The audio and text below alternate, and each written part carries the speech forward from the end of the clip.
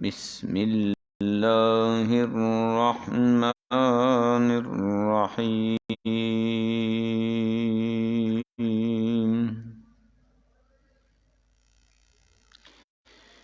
یسحر به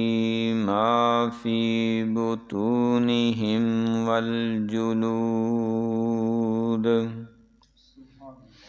وَلَهُم مَّقَامِعُ مِنْ حَدِيدٍ كُلَّمَا أَرَادُوا أَن يَخْرُجُوا مِنْهَا مِنْ غَمٍّ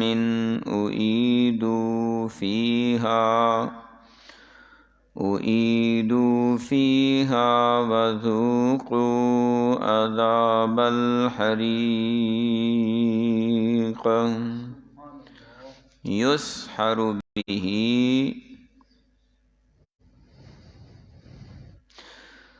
گل سڑ جائے گا جو کچھ بھی ہے اس آگ کے ذریعے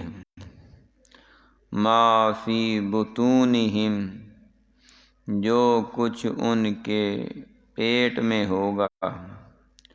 والجلود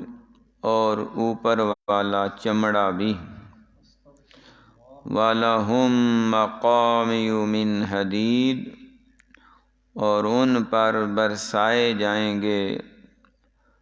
ہتھوڑے لوہے کے كُلَّمَا أَرَادُوا أَن يَخْرُجُوا مِنْهَا جب بھی وہ ارادہ کریں گے اس آگ سے نکلنے کا من غم غم کے مارے اُعِیدُوا فِیہا انہیں دوبارہ دھکیل دیا جائے گا اس میں وَذُوقُوا عَذَابَ الْحَرِیقِ اور کہا جائے گا چکھتے رہو جلانے والی آگ کا عذاب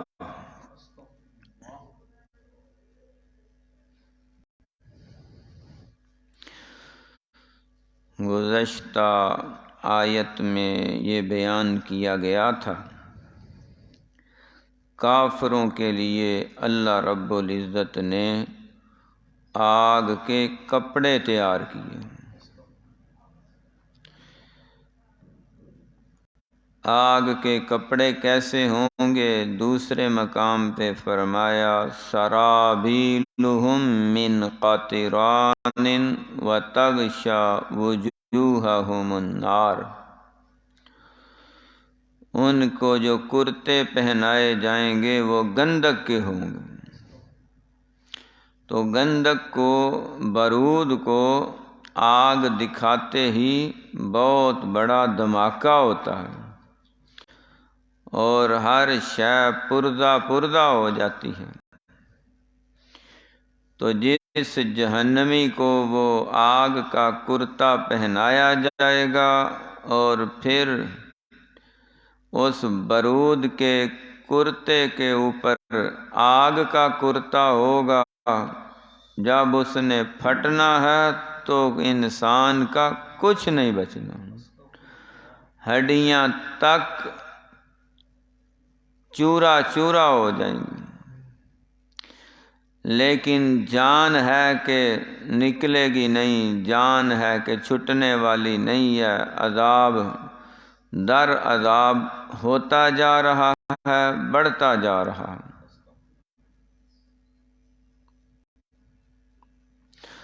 اللہ رب العزت فرماتے ہیں لیجزی اللہ بما کسبت اللہ تعالیٰ نے ان کو یہ سزا اس لیے دی ہے کہ انہوں کی اپنے ہاتھ کی کمائی ہے اللہ تعالیٰ کسی پہ ظلم کرنے والے نہیں ہیں جو کوئی کمائے گا وہی کاٹ لے گا تو کئی ایسے مجرم ہوں گے جن کو گندک کے کرتے پہنائے جائیں گے پھر آگ کے کپڑے پہنائے جائیں گے اور پھر یصب من فوق رؤوسہم الحمیم ان کے سروں پر 1000 ڈگری سے بھی زیادہ گرم پانی کھولتا ہوا ڈال دیا جائے گا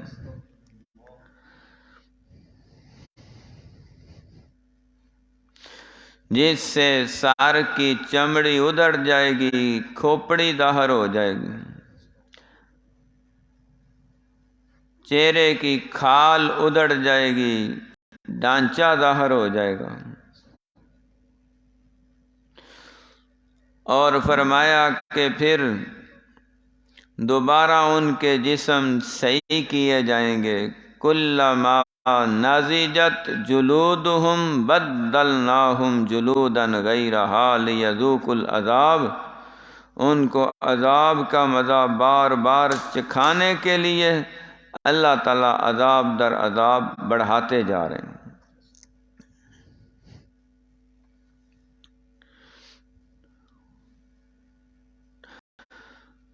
کسی زمانے میں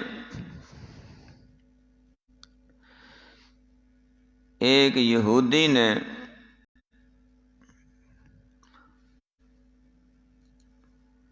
اعتراض کیا قرآن پاک کی آیات بینات پہ کہ یہ جو قانون ہے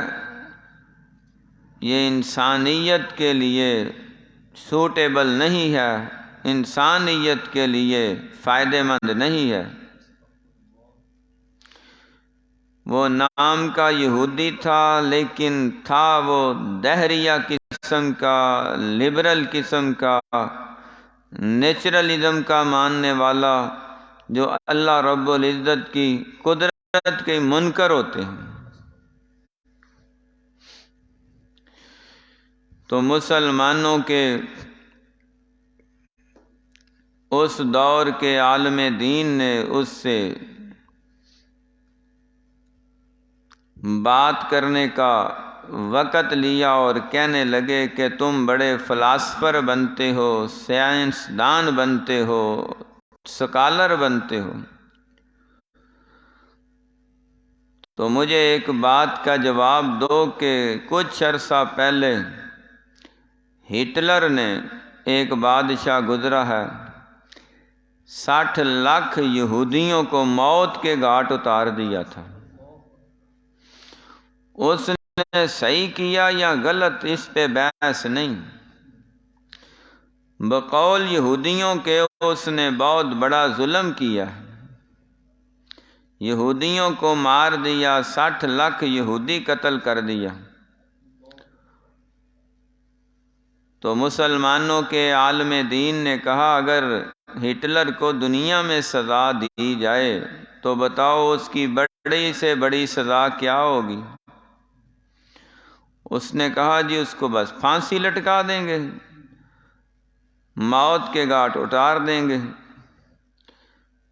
تو فرمانے لگے یہ تو ایک یہودی کے قتل کا قصاص ہوا ہے، بدلہ ہوا ہے، تو باقی جو ایک کم 60 لاکھ یہودی ہیں ان کے قتل کا بدلہ کون لے گا، کیسے لے گا؟ اس نے کہا پھر آپ ہی بتائیں کہ یہ معمہ کیسے حل ہوگا؟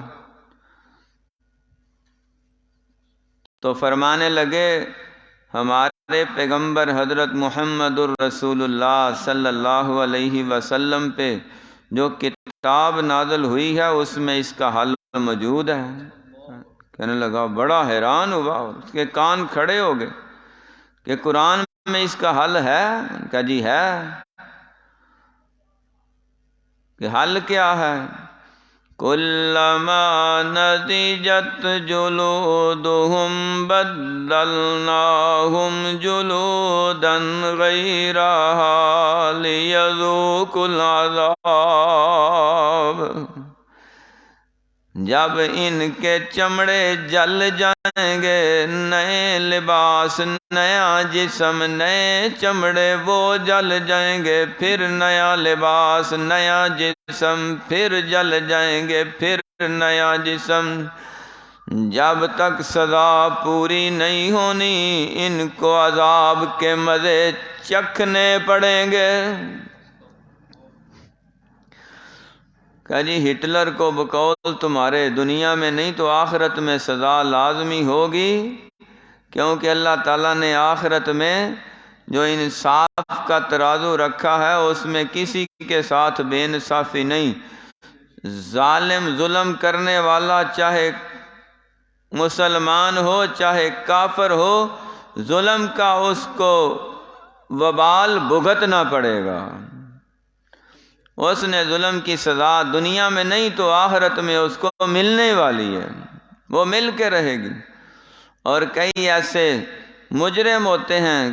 جرائم پیشہ افراد، کہ جن کو دنیا میں بڑی سے بڑی بھی سزا دی جائے تو وہ ان کے جرائم اس قدر زیادہ ہیں کہ ان کے مقابلے میں وہ سزا بالکل چھوٹی اور تھوڑی ہوتی ہے، تو ان کے جرائم کی جو اصل سزا ہے وہ بنتی آخرت میں ہے، وہ اللہ نے انہی کے لیے تیار کی ہے۔ تو اس طرح کے ظالموں کو 60 لاکھ مرتبہ بار بار بار بار جسم بدل بدل کے ان کو سزا دی جائے گی تاکہ مظلوموں کا قصاص پورا ہو سکے۔ تو اس نے کہا جی تمہارے قرآن میں یہ آیت ہے؟ ان کا جی بالکل ہے۔ کہا جی دکھاؤ، پڑھاؤ۔ جب ان کو یہ 13ویں پارے کی آخر پہ یہ آیت دکھائی گئی، پڑھائی گئی، سمجھائی گئی کہ سرابیلہم من قطران وتغشی وجوہہم النار، کہ ان کو آگ کے گندک کے کرتے پہنائے جائیں گے، اور پھر یہ 17ویں پارے والی آیت فالذین کفروا قطعت لہم ثیاب من نار، آگ کے کپڑے پہنائے جائیں گے۔ 5ویں پارے والی آیت کلما نضجت جلودہم بدلناہم جلودا غیرہا لیذوقوا العذاب، تو وہ کہنے لگا اب دیر کس بات کی ہے، کلمہ پڑھائیں اور مجھے بھی محمد کا غلام بنا لیں صلی اللہ علیہ وآلہ وسلم۔ تو قرآن اپنی صداقت پہ خود گواہ ہے۔ تو جو اللہ والے ہوتے ہیں، جو دین والے ہوتے ہیں، وہ ہر مسئلے میں ہی، چاہے وہ توحید کا مسئلہ ہو، چاہے وہ سنت کا مسئلہ ہو، چاہے وہ قرآن کی عظمت کا مسئلہ ہو، چاہے وہ نماز زکوٰۃ کا مسئلہ ہو، چاہے وہ رمضان حج کا مسئلہ ہو، چاہے وہ دنیا آخرت کا مسئلہ ہو، قبر اور حشر کا معاملہ ہو، وہ ہر معاملے میں اس انداز سے تبلیغ کرتے ہیں کہ سننے والا وہ ماننے پہ بھی اور تسلیم کرنے پہ بھی مجبور ہوتا ہے، عمل کر کے اپنی آخرت بنانے میں بھی تیار ہو جاتا ہے، کیونکہ اس قرآن میں رب نے یہ تاثیر رکھی۔ تو بار بار ڈرایا گیا ہے۔ آج کل سردیوں کا موسم ہے، ہم آگ سے فوائد حاصل کر رہے ہیں، لیکن اگر اس آگ سے تھوڑا سا اس کو اوور کر دیا جائے تو آگ سے بہت زیادہ نقصان بھی ہو سکتا ہے، اور گرم پانی سے ہم بہت سے فائدے اٹھا رہے ہیں۔ اگر گرم پانی زیادہ ہیٹ اپ ہو جائے اور کسی کے ہاتھ پاؤں پہ گر جائے تو اس کا نقصان بھی ہو سکتا ہے۔ تو جس آدمی کو لوہے کی ہتھ کڑیوں سے ہاتھ پیچھے باندھ کے پاؤں میں لوہے کی بیڑیاں کس کے اور اس کے سر کے اوپر جہنم کی آگ کا کھولتا ہوا پانی ڈالا جائے گا، اس کا کیا بنے گا؟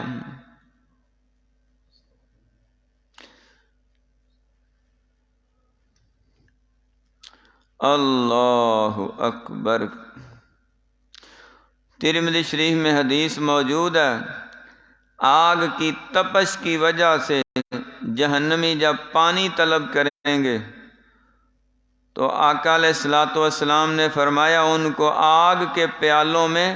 آگ پہ گرم کیا ہوا پانی دیا جائے گا۔ تو ان کو جب ایک گھونٹ زبردستی پلایا جائے گا تو اوپر والا ہونٹ اوپر چڑھتا ہوا پھیلتا ہوا آدھے سر تک چلا جائے گا، اور نیچے والا ہونٹ جو ہے وہ ڈلک کے ناف تک آ جائے گا۔ تو کس قدر خوفناک یہ منظر ہوگا۔ اس طرح کے بے شمار جہنمی ہوں گے۔ یہاں اللہ رب العزت نے اس سے بھی اگلی کیفیت کو بیان فرمایا، یسخر بہ ما فی بطونہم والجلود، تو ان کے باہر والے چمڑے بھی جل جائیں گے اس کھولتے پانی سے، اور جو اندر کچھ ہوگا پیٹ میں وہ بھی گل سڑ کے باہر نکل جائے گا۔ تو باہر والا چمڑا بھی جل گیا، اندر والا بھی جل گیا، تو رہ کیا گیا؟ ہڈیوں کا ڈھانچہ۔ تو اس ہڈیوں کے ڈھانچے میں بھی جان ہوگی، جان نہیں ختم ہوگی، روح نہیں ختم ہوگی، اس کو تو عذاب در عذاب بار بار، ذوقوا عذاب الحریق، حریق جلانے والی آگ کا عذاب،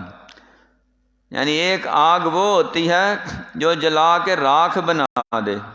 جیسے دنیا کی آگ ہے، تو وہ راکھ نہیں بنائے گی، وہ درد میں اضافہ کرے گی۔ آگ کی جو جلن ہوتی ہے بڑی شدید ہوتی ہے، تو وہ آگ جلن میں اضافہ کرے گی،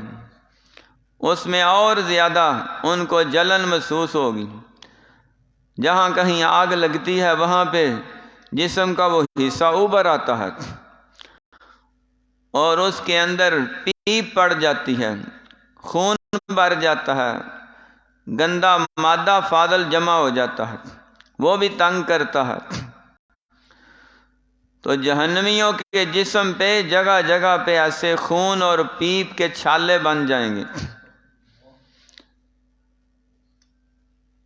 اللہ اکبر، استغفر اللہ، الیاذ باللہ۔ اللہ تعالی ہمیں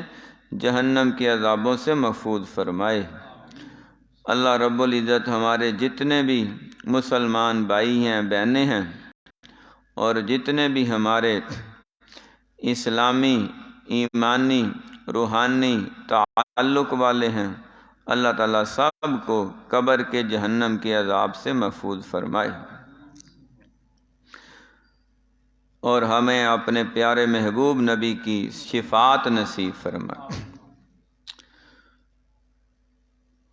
تو نبی پاک صلی اللہ علیہ وآلہ وسلم نے فرمایا کہ کچھ ایسے لوگ ہیں جن کو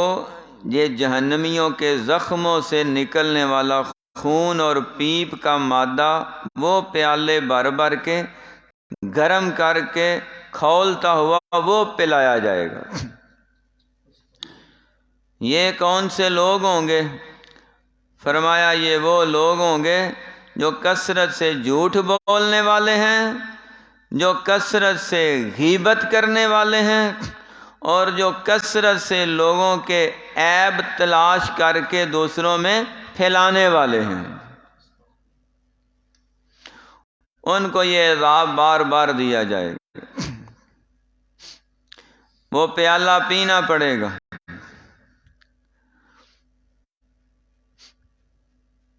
ایک اور حدیث پاک میں ہے،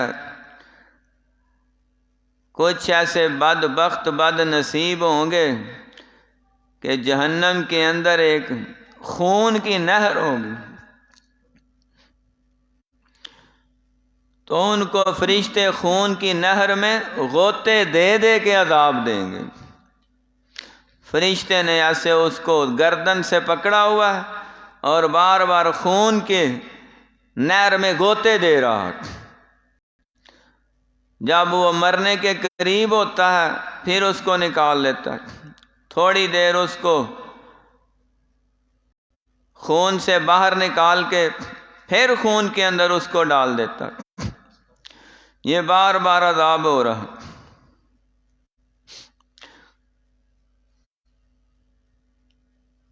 ایک کے بارے میں فرمایا کہ وہ فرشتے کچھ دیر کے لیے اسے تنہا چھوڑ دیں گے کہ خون کے اندر وہ خود ہی غوطے کھا رہا ہے، نہر میں ڈوب رہا ہے،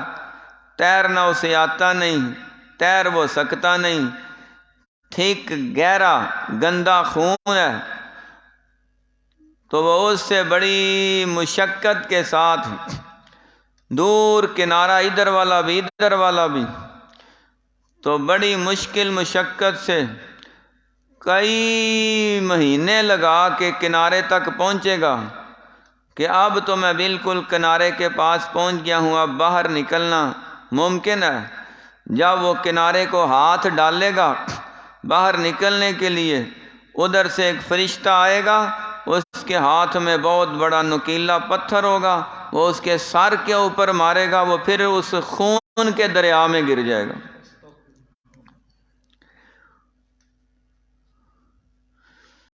اب اس فرشتے کو خوفناک ہیبت ناک شکل والے فرشتے کو دیکھ کے وہ ڈر جائے گا، اس نے ایک اور پتھر اٹھا رکھا ہے۔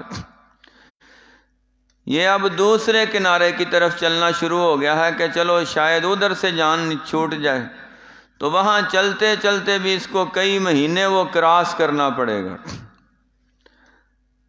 کبھی گرتا ہے، کبھی ڈوبتا ہے، کبھی گوتے کھاتا ہے۔ جب دوسرے کنارے پہ پہنچے گا تو وہ فرشتہ اڑ کے اس طرف آ جائے گا، پھر پتھر مارے گا، پھر اسے دریا میں گرا دے گا۔ یہ منظر ہمارے محبوب نبی پاک صلی اللہ علیہ وسلم کو دکھایا گیا۔ تو پوچھا یہ بدبخت کون ہے؟ فرمایا یہ سود خور لوگ ہیں جو لوگوں کا خون نچوڑا کرتے تھے، آج خون کے دریا میں غوطے کھا رہے ہیں۔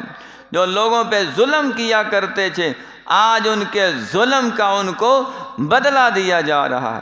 جو دوسروں کا خون نچوڑنے والے تھے، ان کے اوپر حق پہ ڈاکہ مارنے والے تھے اور ان کی مشکلات میں اضافہ کر کے خود عیاشیاں کرنے والے تھے، آج ان کو خون کے دریا میں غوطے دے دے کے سزا ہو رہی ہے، نہ یہ باہر نکل سکیں گے نہ سزا ختم ہوگی۔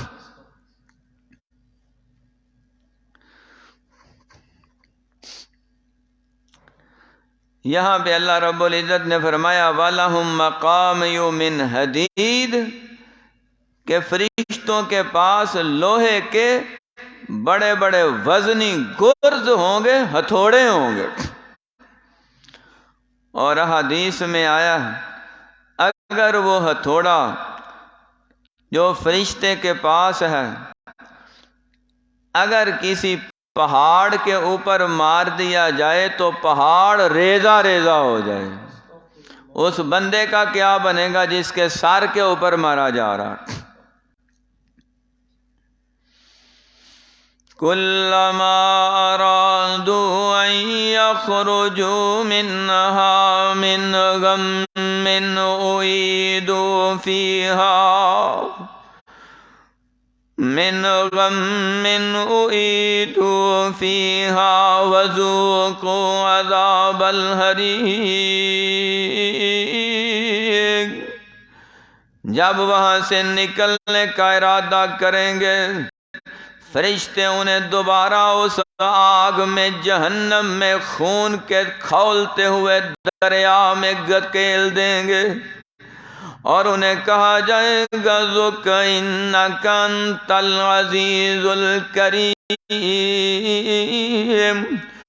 دنیا میں تم بڑا عزت دار بنتا تھا، بڑا فن ہاں تاجدار بنتا تھا، اپنے آپ کو دنیا میں لوگوں کے اوپر بڑا ہی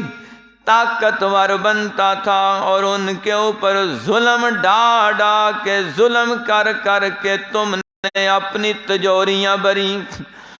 اپنے بینک بیلنس بنائے ہیں اور لوگوں کے اوپر ظلم کر کے تم نے اپنے سرمایے میں اضافہ کیا۔ آج کوئی دنیا کی طاقت بھی تمہیں چھڑا نہیں سکتی ہے، نہ کوئی مال تیرے کام آ سکتا ہے،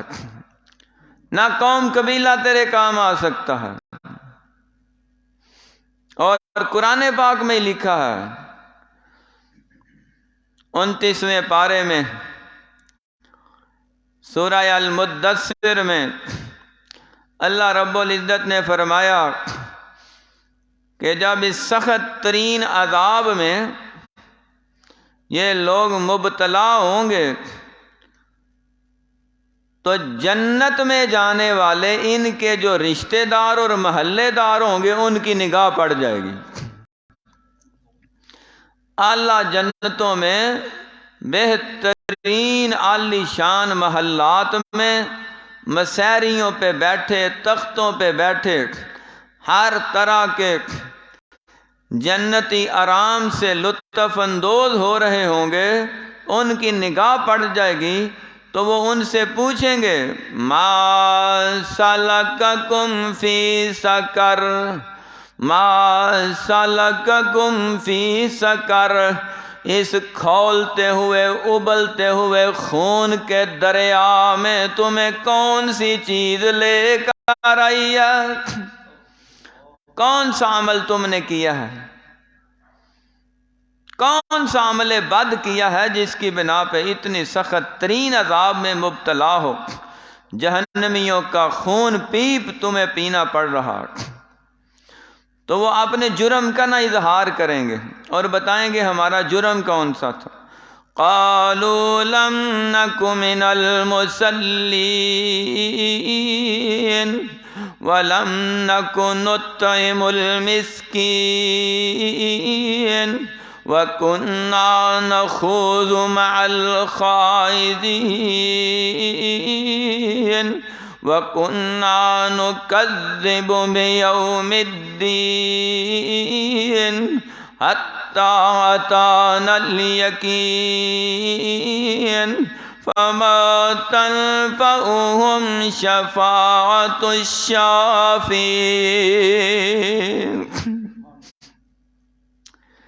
وہ اپنے جرم کا خود اقرار کریں گے اور کہیں گے قالوا لم نک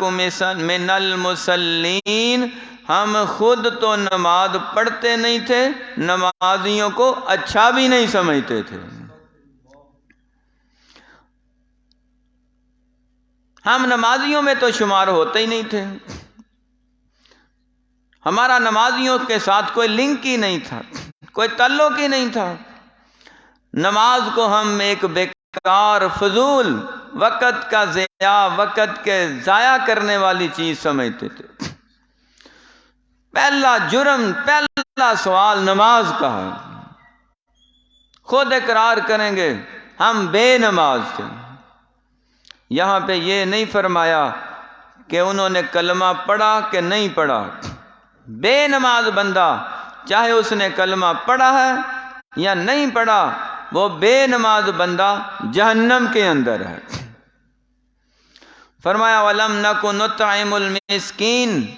اور ہم نے کبھی مالدار ہونے کے باوجود کسی مسکین کو، کسی غریب کو کبھی اپنے دسترخوان پہ بلایا ہی نہیں تھا۔ ہمارے تو جو ریلیٹیوز تھے وہ بھی، گیٹس وہ بھی، اور ہمارے فرینڈز وہ بھی، اور ہمارے جناب کاروباری بڑے بڑے اعلیٰ عہدوں پہ فائز، ہم تو ان کے ساتھ اپنے ریلیشن رکھے ہوئے تھے جن سے ہمیں کوئی بہت بڑا دنیاوی فائدہ حاصل ہونا تھا، غریبوں مسکینوں سے ہم نے کیا لینا تھا؟ لیکن انہیں کیا پتا یہی غریب مسکین ہیں جن کے ساتھ تم نے مالی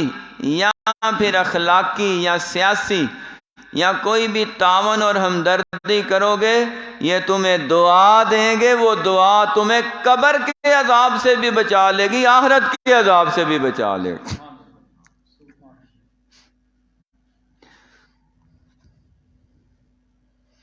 اپنے جرم کا اقرار کریں گے، کننا نخوض مع الخائضین، ہم بس بحث کری جاتے تھے، بڑے لمبے لمبے پروگرام کر کے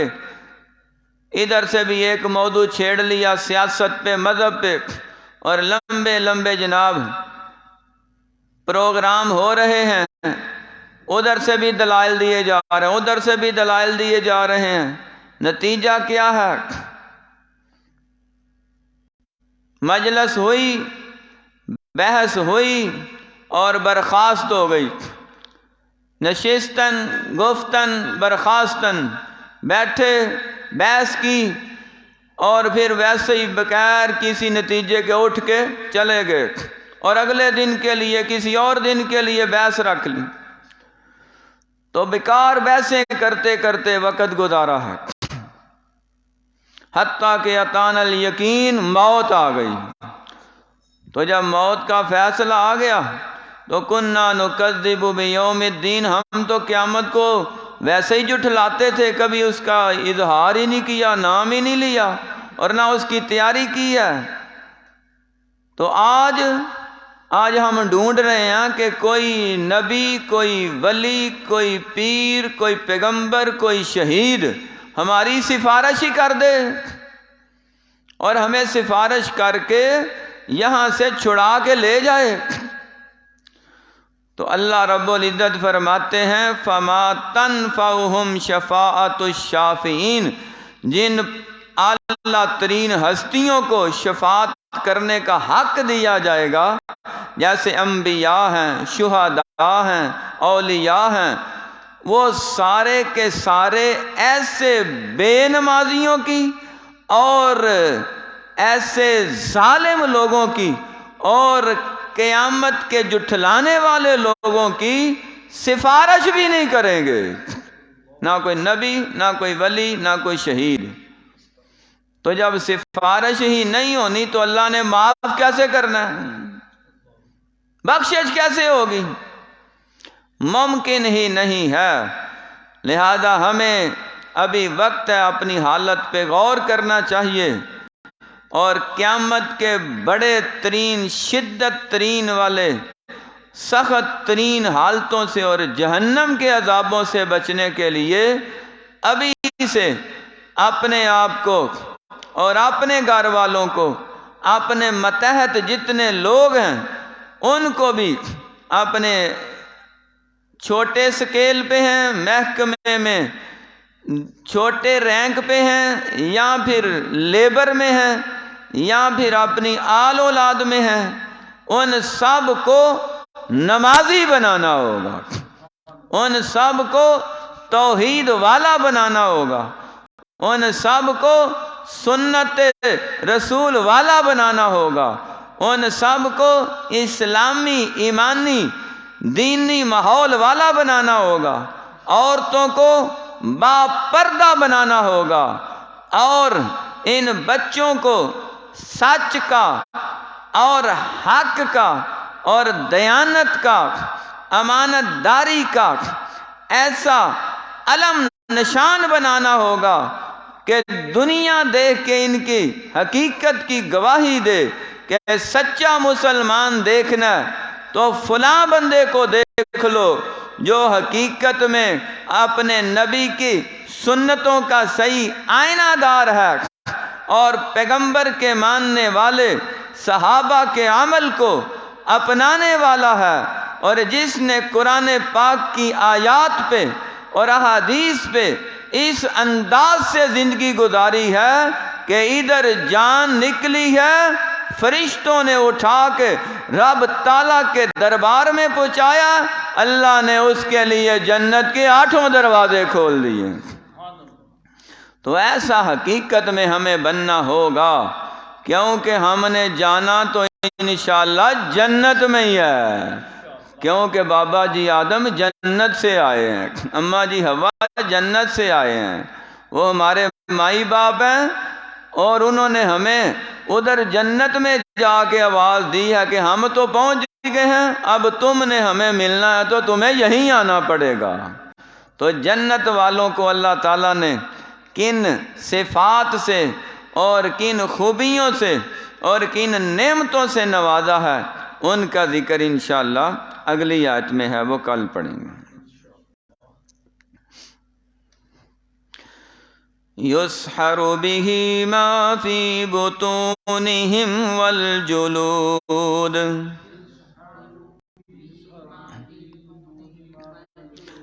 گل سڑ جائے گا اس پانی کے ذریعے جو ان کے پیٹ میں ہے،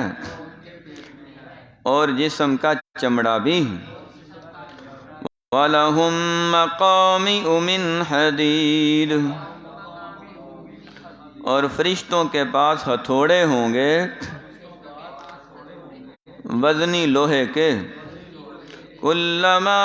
أَرَادُوا أَن يَخْرُجُوا مِنْهَا، جب بھی وہ لوگ ارادہ کریں گے اس آگ سے نکلنے کا، مِنْ غَمٍّ أُعِیدُوا فِیہا، غم کی وجہ سے دوبارہ دھکیل دیا جائے گا ان کو اسی آگ میں، وَذُوقُوا عَذَابَ الْحَرِیقِ، اور کہا جائے گا آگ کے مزے چکھتے رہو۔ صدق اللہ العظیم۔ سبحانک اللہم و بحمدک۔